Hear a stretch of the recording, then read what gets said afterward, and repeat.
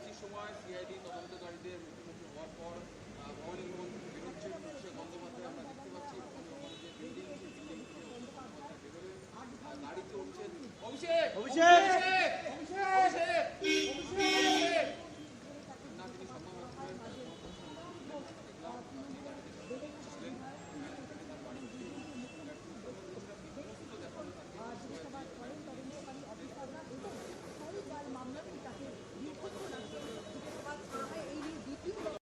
বেরিয়ে গেলেন যে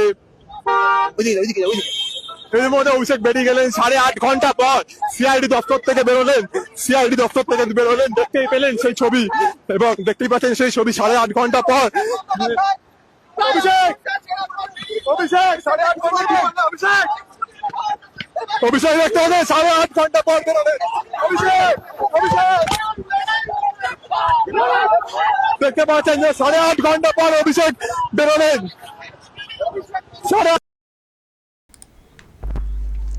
অভিষেক কুণাল আজকে সকলকে ডাকা হয়েছিল ভবানী ভবনে, ওই যে শৈজাল কাণ্ড বিধানসভার সেই বিষয়ে। অভিষেককে 8.5 ঘন্টা আর কুণালকে 3.5-4 ঘন্টা যেটা শুনছিলাম, এবং মুখোমুখি বসানো হয়েছিল, এটাও খবর। তো যাই হোক, মানে অভিষেক সবথেকে বেশি সময় কাটিয়েছেন আজকে, তারপর বেরিয়ে যান। কিন্তু দর্শক, আজকে ওটা কিন্তু দেখলাম না, ওই গাড়ির দুদিকে পাদানিতে সিকিউরিটি বাউন্সার, ওই যে দাঁড়িয়ে দাঁড়িয়ে যাওয়াটা, যেটা নিয়ে প্রশ্ন তুলেছিলাম যে এটা আবার কি, অভিষেক যাচ্ছেন গাড়িতে দুদিকে সিকিউরিটি। দর্শক মনে পড়ছে ভিডিওটা, দেখবেন, ওয়েট, এই যে এটা গাড়ি যাচ্ছিল যখন উনি আসছিলেন দিল্লি থেকে, দুদিকে সিকিউরিটিটা কি বাউন্সার কে জানে দাঁড়িয়ে দাঁড়িয়ে যাচ্ছিলেন। তো আমি প্রশ্ন তুলেছিলাম যে আবার কি, এ কোথায় কি নিয়ম ফলো কোথা করা হচ্ছে, এরকম কি করা যায় নাকি?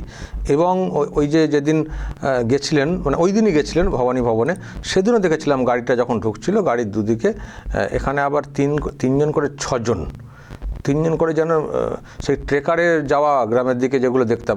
কিন্তু এটা তো মানে নিয়ম না কলকাতার বুকে এরকম গাড়ি দ্রুত গতিতে এগোচ্ছে আর ওনারা ওরকম ঝুলে ঝুলে যাচ্ছেন, কোনো ট্রাফিক রুল মানবেন না, নিজে নিরাপদে থাকবো আর বাকিদের জীবনটাকে মানে প্রশ্নের মুখে ফেলে দেবো, ঝুলতে ঝুলতে যাওয়া, যদি বিপদ কিছু ঘটে যায় তখন তো আবার বললেন ষড়যন্ত্র। যেমন পিসি বলেছিলেন নন্দীগ্রামে পা ভেঙে দেওয়া হয়েছে ষড়যন্ত্র করে, নিজের দোষে পা ভেঙেছিলেন, বলেছিলেন ষড়যন্ত্র। তো এখানেও তো কিছু ঘটে গেলে ওই সব বলতেন। তো আমি দর্শক এসব নিয়ে প্রশ্ন তুলেছিলাম। তো আজকে দেখছি, আজকে যেসব ছবি দেখছিলাম, আজকে কিন্তু আর ওই সব নেই। আজকে গাড়িতে ওই রকম ঝুলে ঝুলে যাওয়ার কই দেখলাম না, একা একাই বেরোলেন। এটা ভিতরের ভিডিও, যখন বাইরে গেলেন তখনও দেখলাম গাড়িটা এমনি গেল, পাদানিতে দাঁড়িয়ে লোকজন নেই। ফলে ওই সব নিয়ে প্রশ্ন তোলার পর মনে হচ্ছে খানিকটা ভয় পেয়েছেন যে এমনিতেই তো কেসের মালা হয়ে যাচ্ছে, আবার নতুন কেস খাবো মোটর ভেহিকেল অ্যাক্টে। তো সুতরাং সেজন্যই হয়তো আর ওই পথে করেননি। যাই হোক, যদি এটা ভুল মনে করেন, অন্যায় মনে করে যে অন্তত পাল্টেছেন ধারাটা, সেই পিসির রাজ ভেবেছিলেন আর কি। তো এটাও যে একটা ভয় লেগেছে তার, সেটা পরিষ্কার। কিন্তু আমরা বলবো ভয় তো না হয় পরে পেয়ে নিজেকে চেঞ্জ করেছেন, কিন্তু যে অন্যায়টা করেছেন তার তো একটা ব্যবস্থা নেওয়া যায়, ভিডিও ফুটেজ আছে, কেন এটা করবেন কেন? দেখা যাক মানে মোটর ভেহিকেল অ্যাক্টে কোনো আবার কেস টেস হয় কি না। তো দর্শক, এই হচ্ছে ব্যাপার। এ তো গেল ওটা, কিন্তু যে কারণে ডাকা শৈজাল কাণ্ড, সেটার কি হলো এখন দর্শক? সেটার কি হলো সেটা আমি বলতে এলাম অনেকটা রাতে। তো যেটা বলার সেটা হচ্ছে যে, দাঁড়ান কুণাল ঘোষকে দেখায়। এই যে আজকে তো কুণাল ঘোষকে ডাকা হয়েছিল, যেটা বলছিলাম, কুণাল ঘোষ নাকি উনি এমন সব মানে সত্য কথা বলে দিয়ে চলে এসছেন, তাতে আরও ফেঁসে গেছেন অভিষেক। কুণালের সত্য কথা বলতে স্বীকারোক্তি যেটা হয়েছে ওনার, কারণ উনি বা কেন ফাঁসতে যাবেন, যেটা ওনার সঙ্গে হয়েছে সেটা বলেছেন। তো এতে করে অভিষেক আরও ফেঁসে গেছেন। কি সত্য কথা না, কুণাল ঘোষ নাকি বলে এসছেন, এই যে রেজলিউশন যেটা বলা হচ্ছে, যেটা করা হয়েছিল মিটিং করে, যে অভিষেক ব্যানার্জি এই যে চিঠি করেছিলেন না বিধানসভাতে, যে 6 তারিখে একটা রেজলিউশন করা হয়েছে, শোভনদেব চট্টোপাধ্যায়কে করা হবে বিরোধী দলের নেতা, আমি সেটা ফরওয়ার্ড করছি বলে একটা কপি করেছিলেন না। দাঁড়ান আমি কপিটা দেখাই আপনাদেরকে। এই যে অভিষেক ব্যানার্জি স্পিকারকে উদ্দেশ্য করে লিখেছিলেন না, এই যে অভিষেকের সই। তো এখানে কী বলেছিলেন, এই যে 6 তারিখ 6 মে 6 তারিখে ওই মিটিং হয়েছে, তার অ্যাটেন্ডেন্স শিট এবং রেজলিউশন বুক এইসব বলে টলে উনি জমা করেছিলেন। এই যে এইটা জমা করেছিলেন, এটা দাঁড়ান, এটা ঘুরিয়ে দিই, ওয়েট, হ্যাঁ, এই যে রেজলিউশন বুক বলে কি হয়েছে সিদ্ধান্ত, কারা কারা ছিলেন এবং সেই থাকার মধ্যে ক্যাপিটালের সই নিয়ে যে প্রশ্ন তৈরি হয়েছে না, যারা ছিলেন না এমএলএ, এই যে চন্দ্রনাথ সিনহা, এই যে বাহারুল ইসলাম, এরা ছিলেন না ক্যাপিটালে সই করে, এটারই তো বিতর্ক যে এই সইগুলো কারা কারা করেছে, সই জাল। তো এখানে যেটা এখন সিআইডি চাইছে যে আসল যে রেজলিউশন কপি সেটা কোথায় আমাকে দিতে হবে, অভিষেক দিচ্ছেন না সেটা। তো এই যে দেখুন এখানে যে 6 তারিখটা উল্লেখ করা আছে না, যে 6 তারিখে এটা হয়েছে, 6 তারিখে এটা হয়েছে রেজলিউশন। তো আজকে কুণাল ঘোষ নাকি ওখানে গিয়ে বলে এসছেন 6 তারিখে হয়নি, তো 6 তারিখে কোথায় হলো এটা নাকি বলে এসছেন, 6 তারিখে হয়নি।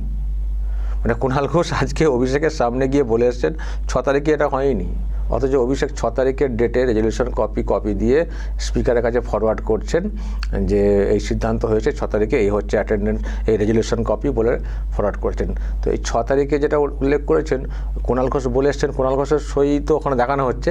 তো কুণাল ঘোষ বলেছেন যে 6 তারিখে কোথায় হয়েছে ওখানে রেজলিউশন, 6 তারিখে তো হয়নি, কোথায় 19 তারিখ না কি একটা তারিখ বলে এসছেন। মানে অভিষেক যেখানে 6 তারিখ উল্লেখ করে যে চিঠিটা করেছিলেন স্পিকারের কাছে, ওটার ব্যাপারে, যেটার ব্যাপারে তদন্ত চলছে, তো ওই বিষয়ে কুণাল ঘোষের বক্তব্যে পুরো অমিল বলতে কুণাল ঘোষ যেটা সত্য সেটা তিনি বলছেন, অভিষেক তো লোকানোর চেষ্টা করছেন না, এটা পরিষ্কার। কিন্তু অভিষেক আজকে ধরা পড়ে গেছেন কুণাল ঘোষের সঙ্গে মুখোমুখি বসানোর পরে। অভিষেক বলছে কুণাল ঘোষ বলছে অন্য, কুণাল ঘোষ বলছে না ওরকম হয়নি, তো হয়নি, আমরাও বুঝছি হয়নি। অভিষেক তো ব্যাকডেটে করে এসব বলার চেষ্টা করছেন, কেউ নেই, সবাই নেই, তার সই জাল করে। তো কুণাল ঘোষ এই যে বলে দিয়ে চলে এসছেন যে ওই 6 তারিখে কিছু হয়নি, এতে আরও মানে অভিষেক যে মিথ্যে কথা বলছেন সেটা এস্টাবলিশ হয়ে গেছে সিআইডির কাছে। বুঝুন এবার, সাক্ষী হিসেবে কুণাল ঘোষকে ডাকা হয়েছিল, সাক্ষী হিসেবে। তো কুণাল ঘোষ এটা বলে এসছেন না 6 তারিখে হয়নি, অথচ অভিষেক 6 তারিখের ডেট দিয়ে রেজলিউশন কপি পাঠিয়েছিলেন। বুঝছেন কীরকম বাঁশটা খেয়েছেন অভিষেক। ফলে অভিষেকের আর কোনো রাস্তা নেই এই কেসটাই, দর্শক, কোনো রাস্তা নেই। এই কেসে অভিষেক ফেসে গেছেন। রেজলিউশন কপি যেটা দেখাচ্ছিলাম, আসল কপি জমা করেননি, সিআইডি বলেছে ওটা জমা করতে হবে, সিআইডি বলেছে ওটাকে জমা করতে হবে। আচ্ছা, আপনারা ওই ভিডিওগুলি দেখছেন না বারবার?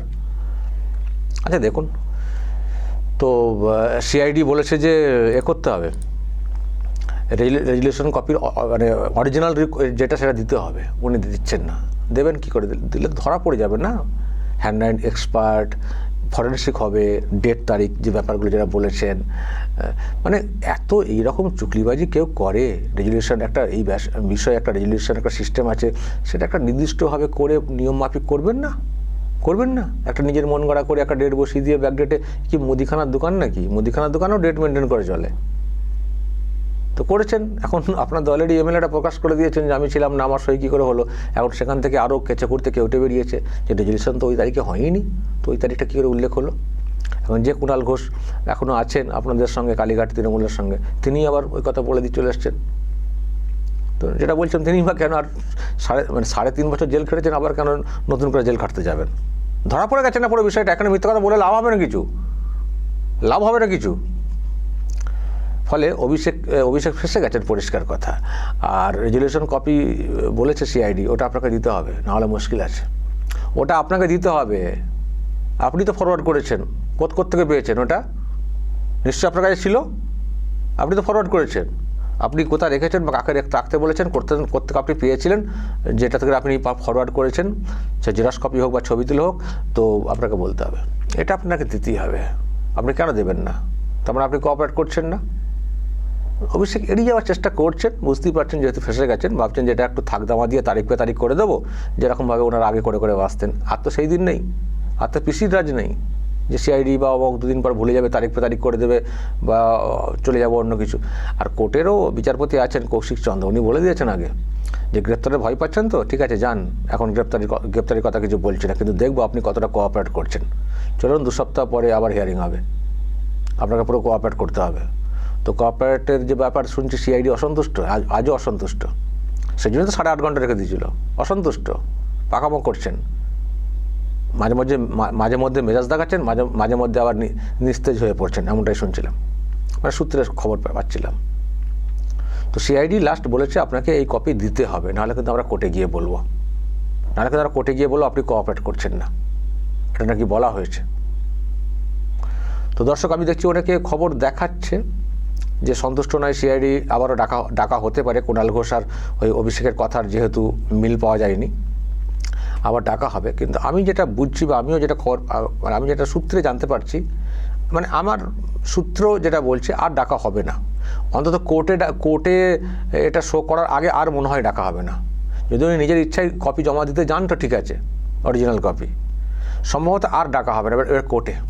এবার কোর্টে মুভ, কোর্টকে বলবে সিআইডি যে দেখুন কোঅপারেট করছেন না, উনি তদন্তে সহযোগিতা করছেন না, উনি কপি দিচ্ছেন না, কিন্তু কপিটা আমাদের দরকার তদন্তের জন্য, ওটা অরিজিনাল কপি না হলে আমরা কী করে বুঝবো। আর কুণাল ঘোষ তো একজন সাক্ষী হিসেবে উনি বলেছেন যে ওই ডেটে কোনো রেজুলেশন হয়নি।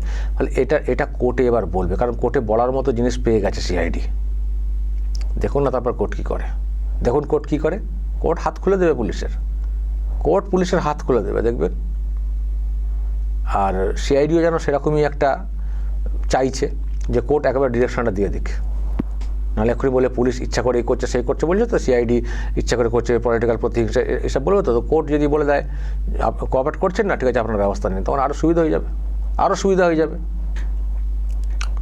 তো যাই হোক দর্শক, এই হচ্ছে ব্যাপার। আজকের জেরা তো অসন্তুষ্ট সিআইডি, আর সম্ভবত ডাকবে না, এবার কোর্টে যাবে, কোর্ট যা বলবে সেই মতো করে এগোবে। কিন্তু কোর্টে যা মেটেরিয়ালস জমা করবে, যা পেলো আর কি, এই সাক্ষী টাক্ষী ইত্যাদি ক্ষেত্রে, তাতে অভিষেকের বিপদই আমরা দেখতে পাচ্ছি। ফলে তার বাঁচার রাস্তা দিন দিন মানে ছোট হয়ে আসছে। আর আজকে উনি যেভাবে বেরোবার সময় যা দেখতে পাচ্ছি ওনার বডি ল্যাঙ্গুয়েজ, উনি বুঝছেন যে রাস্তা সত্যি বন্ধ হয়ে আসছে। বেরোবার সময় কিন্তু আজকে অনেক ডাকাডাকি হলো বটে, একটু নিস্তেজ অবস্থাতেই বেরোচ্ছেন, বুঝে গেছেন, কিছু করার নেই দর্শক। আর আমিও সূত্রে খবর পাচ্ছি এই কেসটাতে অভিষেক পুরো ফেসে গেছেন। অন্য কেসে কী করবে না করবে সিআইডি বা আর ইডি, কালকে আবার ইডির ডাক আছে, প্রাথমিক চাকরি চুরির কেস, ইডি মারাত্মক কেস। তারপর আবার পরশুদিন আবার একটা ডাক আছে সিআইডি ওখানে ভবনে, সেদিন হচ্ছে ওই হুমকি হুঁশিয়ারি দেওয়া, ডিজে বাজানো বা হোম মিনিস্টারের উদ্দেশ্যে যেসব হুমকি হুঁশিয়ারি, সেই কেসটারও তো সিআইডি তদন্ত করছে, তার একটা হিয়ারিং আছে।